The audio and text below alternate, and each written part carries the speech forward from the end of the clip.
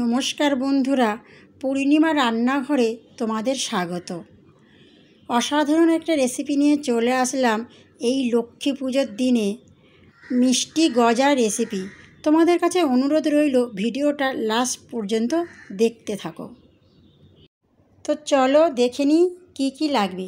এখানে নিয়েছি 500 ময়দা, 1 চামচ চিনি দিলাম, হাফ চামচ নুন দিলাম আর 1 চিমটি বেকিং পাউডার দিলাম। সমস্ত উপকরণ দিয়ে ময়দাটা প্রথম ভালো করে মেখে নিলাম।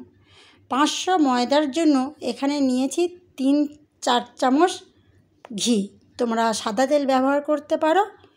এখানে 4 চামচ ঘি দিলাম, দিয়ে আটাগুলো আর ঘিটা দিয়ে এইভাবে ভালো করে ময়ামটা মাখাতে হবে।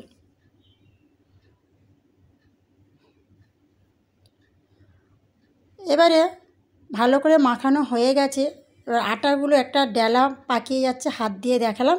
এবারে অল্প অল্প করে জল দিয়ে এবারে একটা ব্যাটার বানাতে হবে। বেশি ঠাসাঠাসি করব না। এই যে গজার এই ময়ামটা, এই ময়দাটা যে মাখছি, বেশি ঠাসাঠাসি করব না, জাস্ট একটা বানিয়ে নেব।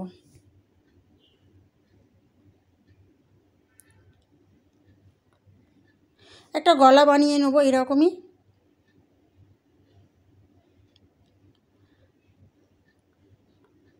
তো হয়ে গেছে। এইভাবে বেশি ঠাসাঠাসি হবে না। এবার এইটাকে আমি 10 মিনিট এইভাবে রেখে দিয়েছিলাম। তারপরে এইভাবে বেলবো। আমার বেলাটা একটু তোমরা দেখে নাও। আর তোমাদের কাছে অনুরোধ রইল ভিডিওটা লাস্ট পর্যন্ত দেখতে থাকো। আশা করি তোমাদের ভালো লাগবে। আর বন্ধুরা, যারা চ্যানেলটা সাবস্ক্রাইব করেছো তোমাদের অনেক অনেক ধন্যবাদ। আর যারা করোনি চ্যানেলটা সাবস্ক্রাইব করো। এবার আমি কিভাবে গজার এই সাইজগুলো কাটছি একটু দেখে নাও। তোমরা সাইজটা আরও বড় বানাতে পারো, বড় কাটতে পারো। আমি ঠিক এইরকম বানিয়েছি। আমার ক্যামেরাটা একটু দূরে আছে বলে মনে হচ্ছে ছোট, কিন্তু এটা যথেষ্ট বড় সাইজ হয়েছে। এবারে কড়ার মধ্যে একটা সিরাপ বানিয়ে নেব। এখানে নেব 2 কাপ চিনি। 2 কাপ চিনির মধ্যে 1 কাপ জল দেব, দিয়ে একটা সিরাপ বানাবো। প্রথমে সিরাপটা বানাই। গজার লেচিগুলো তো কেটে রেখেছি।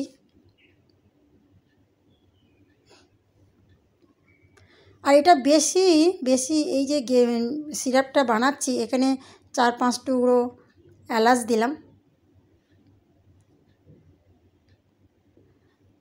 5 থেকে 7 মিনিট এইভাবে আঁচ বাড়িয়ে এইভাবে চিনির জলটা সিরাপটা ফোটালে তো অনেকটা একটা হয়ে যাবে। বেশি টান করব না, তাহলে জলটা মিছরি পড়ে যাবে। তো বন্ধ করে দিলাম। এই সিরাপটা আমি অন্য একটা বাসনে ঢালবো। ঠিক এইরকম পাতলা করেছি, কিন্তু এইটা ঠান্ডা হলে অনেকটা মোটা হয়ে যাবে। এই যে গজার সাইজটা এইভাবে কেটে নিয়েছি। আর এখানে তোমরা দেখছো অনেক সময় ফুটো ফুটো আছে।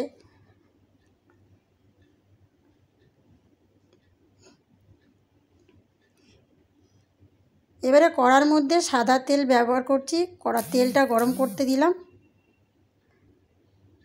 তেলটা গরম হয়ে গেছে। এবারে আঁচটা কম করে এই গজাগুলো ভাজতে হবে। তবে বন্ধুরা, একটা কথা বলি, গজাটা ভাজতে গেলে গজাটা যেন তেল থেকে ভেসে ওঠে, তবে জানবে গজাটা পুরোপুরি হয়ে গেছে। আঁচটা একদম কম করে দিয়েছি, দিয়ে বারে এরকম করে ওলটপালট করছে। অনেক তেলের মধ্যে ভেসে উঠেছে এই গজাগুলো। কালারটাও ঠিক হয়ে এসছে। অনেকে ফুড কালার ব্যবহার করে, এখানে আমি কোনো ফুড কালার ব্যবহার করব না। তো ভাজা হয়ে গেছে। আমি ঠিক এই রকম ভেজেছি। অনেক মচমচে, অনেক খাস্তা হয়েছে।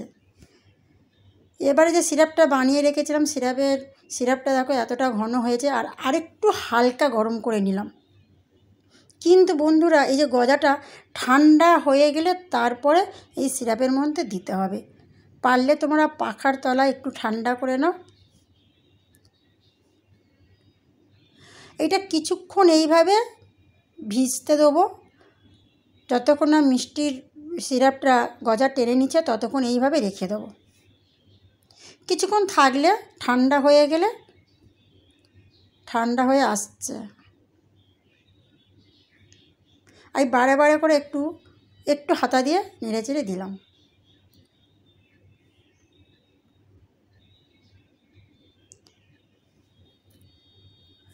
তো একদম ঠান্ডা হয়ে গেছে, এইবারে তুলে নিলাম। পুরোপুরি ঠান্ডা হয়নি আর মিষ্টির রসটা একদম ঘন হয়ে গেছে। তো বন্ধুরা, ভিডিওটা কেমন লাগলো? অনেকটা দানা ভাব এসে গেছে। তো ভিডিওটা কেমন লাগলো? যদি ভালো লাগে অবশ্যই একটা কমেন্ট করবেন আর শেয়ার করবেন। ধন্যবাদ।